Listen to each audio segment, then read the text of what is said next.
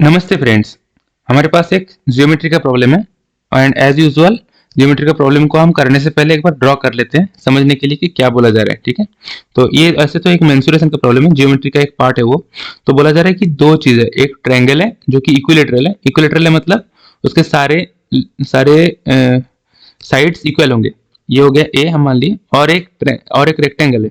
इस रेक्टेंगल का एक चीज बताया जा रहा है कि जो जो साइड से वो 1:3 रेशियो में है, तो हम इसको बी और 3b मान लेंगे। ऐसा हम क्यों कर रहे हैं? क्योंकि हमें नंबर ऑफ वेरिएबल्स मिनिमाइज करना है। हम बी सी दो नहीं लेंगे, एक ही लेंगे। ठीक है, अब बताया जा रहा है कि इनका जो पेरीमीटर्स है, पेरीमीटर्स को आप ऐड करोगे तो 90 आएगा। तो इसका पेरीमीटर्स क्या है? 3a। और इसका पेरीमीटर क्या है? 2 इंटू बी प्लस 3b यानी कि 4b, है ना। ये आ जाएगा आपका 90। तो इससे हम लिख लेंगे 3a plus 8b equals to 90। ये हमारा एक इक्वेशन आ गया। अब हमारे पास रेक्टेंगल का एरिया दिया हुआ है, ट्रायंगल का एरिया दिया हुआ है। तो ट्रायंगल का एरिया क्या होगा दोस्तों?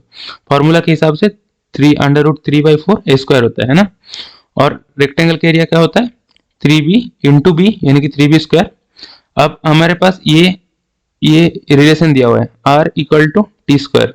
तो इससे को हम लिखेंगे 3b² इक्वल्स टू √3/4 a² इसका स्क्वायर। ठीक है, तो ये आ जाएगा आपका 3/16 a⁴। ठीक है, ये आ गया। अब ये 3 और 3 कट गया।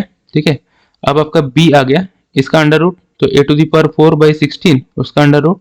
और b a सब पॉजिटिव है तो हमें सोचने की जरूरत ही नहीं है, a² होगा ये, है ना। a²/4 इसका नेगेटिव वाला टर्म्स हम कंसिडर नहीं करेंगे क्योंकि सब कुछ हमारे यहाँ पे पॉजिटिव है। तो हमारे पास दो इक्वेशन आ गया दोस्तों। ठीक है, इन दो इक्वेशन को हम इस तरह से लिख लेंगे। एक तो आ गया आपका 3a plus 8b equals to 90, और एक आपका आ गया b इक्वल्स टू a²/4। ठीक है, अब इन्हीं दोनों इक्वेशन को लेकर हमारा काम है। ठीक है, तो ये देखो, एक तो आपका 3a plus 8b equals to 90, और आपका आ गया एक b इक्वल्स टू a²/4, है ना। b equal to a²/4।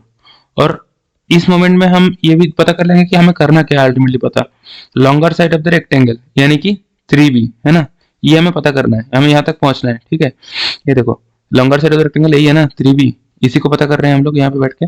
तो अभी यहाँ पे हम आ गए हैं, तो हम b को यहाँ पे रिप्लेस कर देंगे, सब्स्टिट्यूट कर देंगे। तो 3a प्लस 8/4 a², है ना, इक्वल्स टू 90।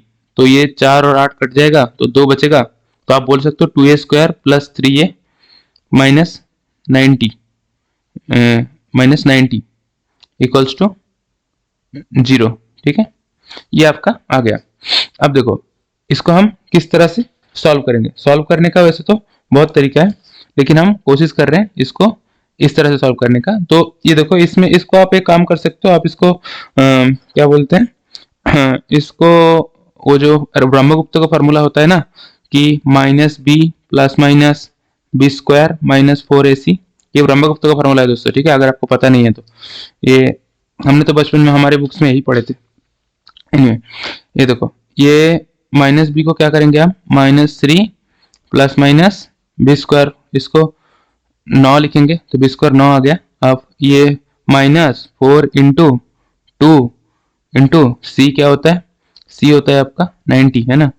तो 90 ये आ गया और यहाँ पे प्लस हो जाएगा दोस्तों। ठीक है, और आपका नीचे आ गया 2a में से एक a को हम रिप्लेस कर देंगे। व्हाट इज a आपका है 2, है ना, 2 इंटू 2। तो इसको आप कैलकुलेट करोगे, ये इक्वल्स टू साइन है, इक्वल्स टू आप कैलकुलेट करोगे, इसको डिलीट करते हैं।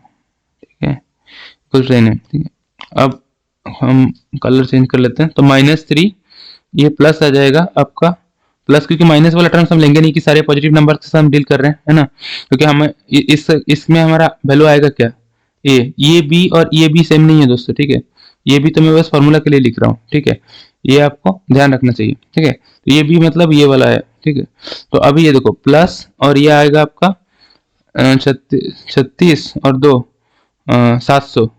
ठीक है, 720, ये आ गया 720। तो ये आएगा आपका 720/4, 729, सॉरी 729, क्योंकि प्लस 9 भी हो रहा है ना।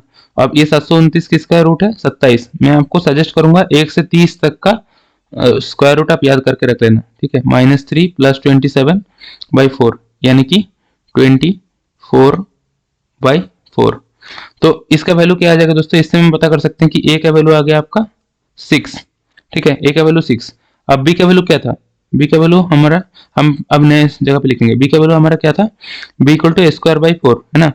तो हमें पता है कि B equal to A square by 4 और ए इक्वल टू 6, तो इसका मतलब बी इक्वल्स टू 36/4 यानी कि 9, और 3b का वैल्यू आ जाएगा आपका 27।